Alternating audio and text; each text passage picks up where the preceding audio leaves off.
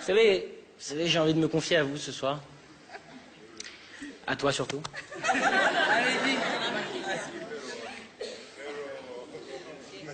Pero rien du tout. Je suis en train de penser, si je me mets comme ça à m'asseoir avec vous, c'est parce que d'abord j'ai mal aux jambes. Et aussi parce que je suis en train de me rappeler, je vous parle de l'adolescence depuis tout à l'heure, je vous parle de l'école, je vous parle à quel point c'est dur. Mais il y a un truc dont je vous ai pas parlé, c'est quand même quelque chose d'hyper important dans l'adolescence, c'est les filles. Bon, alors il y a eu 0 réaction, on n'a pas de filles ce soir, c'est cool. C'est les filles.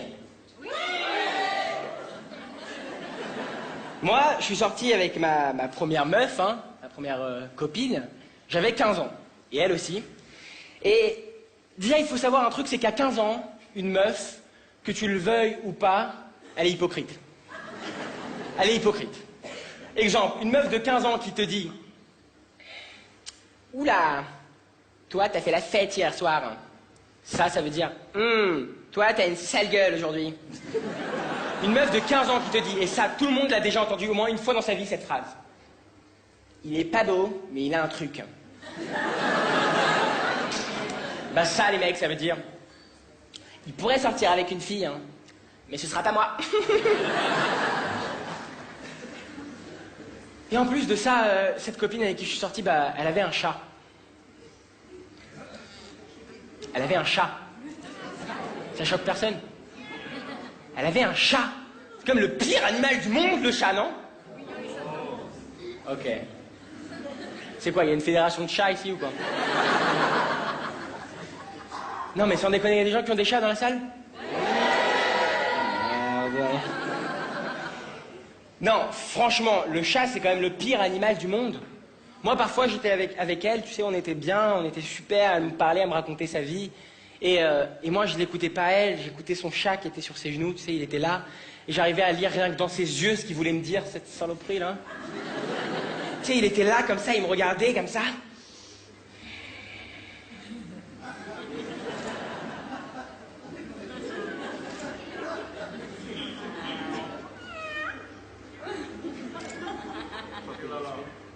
Je te regarde, tu me regardes, mais je sais que t'as les boules. Ah, regarde comme elle me caresse. Elle te caresse pas, toi.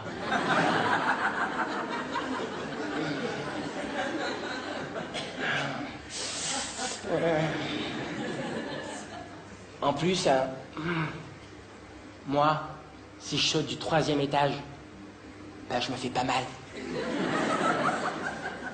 Toi, si tu sautes, t'es mort. Et si tu me crois pas, demande à Marie-Carmen.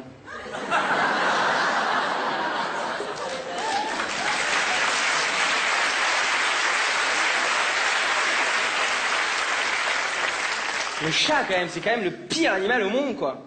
Mais de toute façon, je vais être franc, c'est mieux que ce soit fini avec cette copine. Franchement, c'est mieux. Parce que déjà, je pense que je vais sortir avec une fille de Toulouse d'ici peu. Et en plus, elle commençait à me dire des trucs vraiment étranges. Un jour, elle est venue vers moi hyper heureuse, elle m'a fait « Kev, tu vas être trop content. J'ai fait le ticket de métro. Hein. »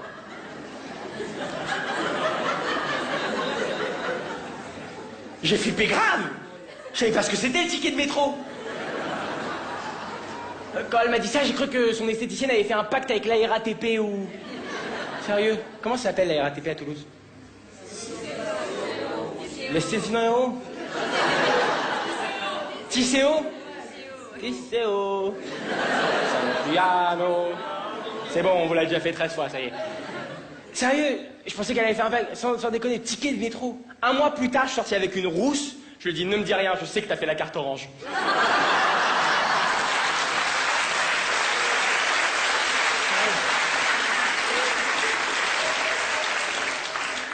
Et donc, ça s'est terminé, hélas, comme je vous l'ai dit.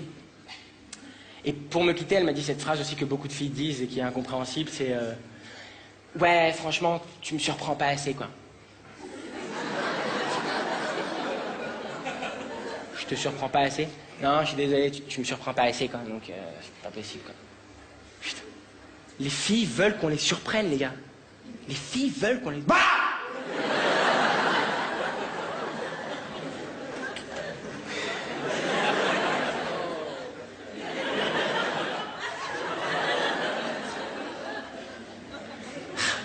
Et donc après cette copine, ce que j'ai fait, c'est que je me suis rabattu sur la seule femme, je savais qu'elle me lâcherait jamais. Ma mère. Ma mère, merci, elle appréciera.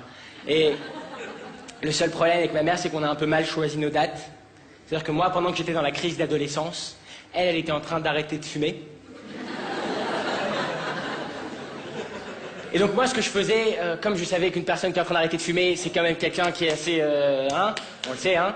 Et ben moi, ce que je faisais, c'est que tout était nickel à la maison. Je faisais tout parfait pour qu'elle ait rien à me reprocher. Donc ma mère rentrait chez moi comme une personne normale qui est en train d'arrêter de fumer. Bonsoir. Elle venait dans ma chambre. Kevin, t'as fait tes devoirs? Ouais.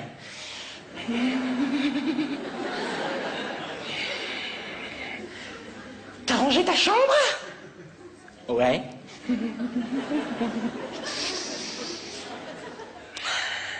T'as mis la table? Ouais. Putain de merde. Ah, je sais. T'as mis de l'eau dans les plantes? Et ouais. Putain! Mon père, il avait une approche totalement différente. Hein. Mon père, il a toujours été cool avec moi, ça a toujours été le mec cool à la maison. D'ailleurs, quand il a appris que je voulais faire un spectacle d'humour, il a été adorable. Il m'a dit, oh putain, je vais te donner des idées. Le seul problème, c'est qu'il n'a pas compris que le thème de mon spectacle, c'était l'adolescence. Donc tous les matins, j'avais droit à un... Oh Kev, j'ai une idée de ouf pour toi. De ouf. Les acédiques. Du jamais vu, les acédiques. C'est l'adolescence, papa. Ah merde, putain, merde. Tous les jours. Tous les jours. D'ailleurs, ça me fait penser que vous avez remarqué quand on raconte une embrouille ou une histoire qu'on a eue, une embrouille avec nos parents ou quelque chose, enfin une histoire qui nous est arrivée, souvent il y a ce mot qui arrive dans la discussion qui ne veut absolument rien dire, c'est nanana. Ça vous dit rien? Genre, tu racontes une histoire, tu racontes à un copain à toi que tu t'es embrouillé avec ta mère. Ouais, et puis elle est venue dans ma chambre, et là, et elle m'a dit, ouais, nanana, qu'est-ce que tu veux? Nanana. C'est étrange quand même ce truc, non? Moi, la dernière fois, j'étais assis sur le canapé, comme ça, tranquille, je regarde la télé, et là, il y a une pub que j'aime bien qui passe. Alors, je dis le titre de la marque, quoi, parce que ça me plaît, je fais Ben et Nat. Ma mère passe derrière,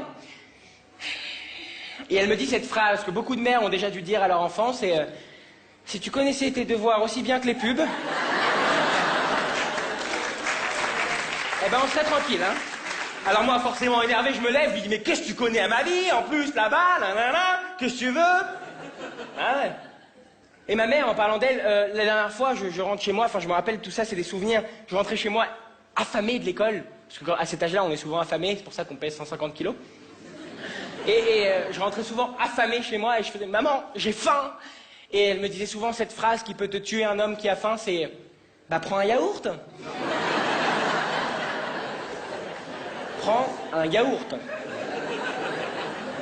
Prends un yaourt. Pendant longtemps, j'ai cru que c'était la solution contre la faim, sans déconner.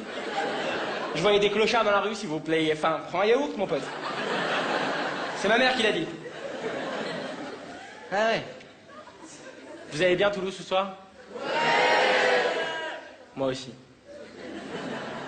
Je suis triste parce que je suis en train de me dire, il faut que tu dises des trucs parce qu'il te reste plus qu'une seule vanne, après tu vas devoir partir. Qu'est-ce que je peux vous dire?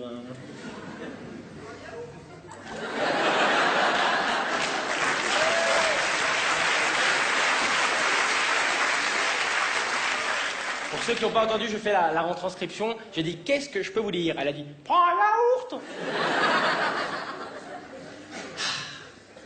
Vous êtes cool quand même, franchement. Moi, je vous aime bien, franchement. Franchement, je me suis pris d'affection pour vous d'un coup. Vous aussi? Oui. Ah, arrête. Marie-Carmen, tout le monde, quoi. C'est dingue, hein, comme quoi ça peut venir vite, Mr. Tam Tam. Et au fond, il y a des noms au fond ou pas? Lancez-moi un nom du fond. Lulu? Là, si vous dites tous en même temps, on va pas entendre, hein. Parce que moi, j'entends des Krishnik. Pauline? Ah, c'est un nom du fond, ça, c'est... C'est pas grave, ça va revenir à la mode un jour, c'est pas grave. Je vous parlais de ma mère depuis tout à l'heure.